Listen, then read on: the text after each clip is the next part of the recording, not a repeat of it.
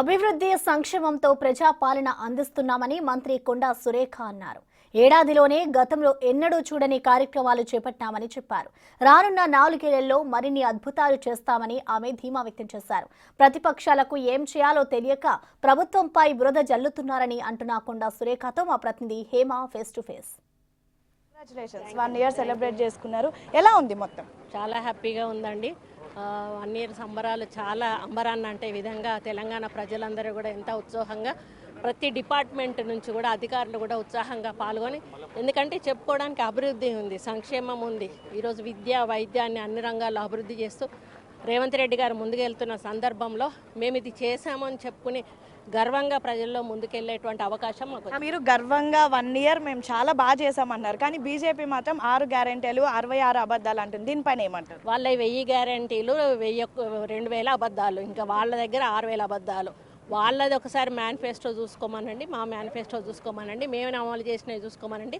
10 సంవత్సరాల కాలంలో వాళ్ళు అమలు చేస్తున్నవి చూసుకోమనండి, సంవత్సర కాలంలో మేము అమలు చేసినాం. ఇంకా 4 సంవత్సరాలు మాకు పరిపాలనా కాలం ఉన్నది, ఆ తర్వాత మాట్లాడితే బాగుంటుంది. అటవీ శాఖ, దేవాదాయ శాఖలో వచ్చిన మార్పులేంటి గత ఏడాదిలో? ఇప్పుడు ప్రెస్ మీట్లో చెప్తాను.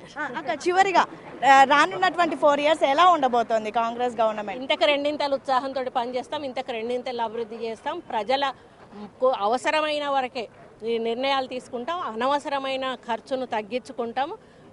సంక్షేమం, అభివృద్ధి, విద్య, వైద్యం అనే వాటి మీద ప్రత్యేక దృష్టి. చివరిగా మీ అభివృద్ధి, మీ పాలన మీద అనేక ఆరోపణలు చేస్తున్న అపోజిషన్ ఏమంటారు? అంటే వాళ్ళకి దిక్కుదోచని పరిస్థితుల్లో మేము ఉన్నప్పుడు ఇట్లా చేస్తే బాగుండేదే, చేస్తుంటే మేము గెలిచే వాళ్ళమే, చేయలేక ఓడిపోయామనేటువంటి ఒక అభద్రతా భావంతో వాళ్ళు ఏదో ఇష్టం వచ్చినట్టు మాట్లాడుతూ ఉన్నారు.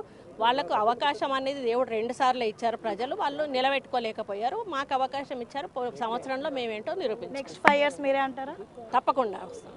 సో ఇది మొత్తానికి ఏడాది పాటు ఎన్నో అభివృద్ధి కార్యక్రమాలు చేశాము. రానున్నటువంటి 4 ఏళ్ళు, దాని తర్వాత వచ్చేటటువంటి 5 ఏళ్ళు కూడా మాదే గవర్నమెంట్ ఉంటుంది. ఏడాది పాటు దేవాదాయ శాఖ, అదేవిధంగా అటవీ శాఖలో అనేక అభివృద్ధి పనులు చేశాము. మరొక 4 ఏళ్ల పాటు కూడా కాంగ్రెస్ ప్రభుత్వం రాష్ట్రంలో అనేక అద్భుతాలు చేయబోతుందని అయితే మంత్రి కొండా సురేఖ చెప్తున్నటువంటి పరిస్థితి. వీడియో జర్నలిస్ట్ సంజుతో హేమ.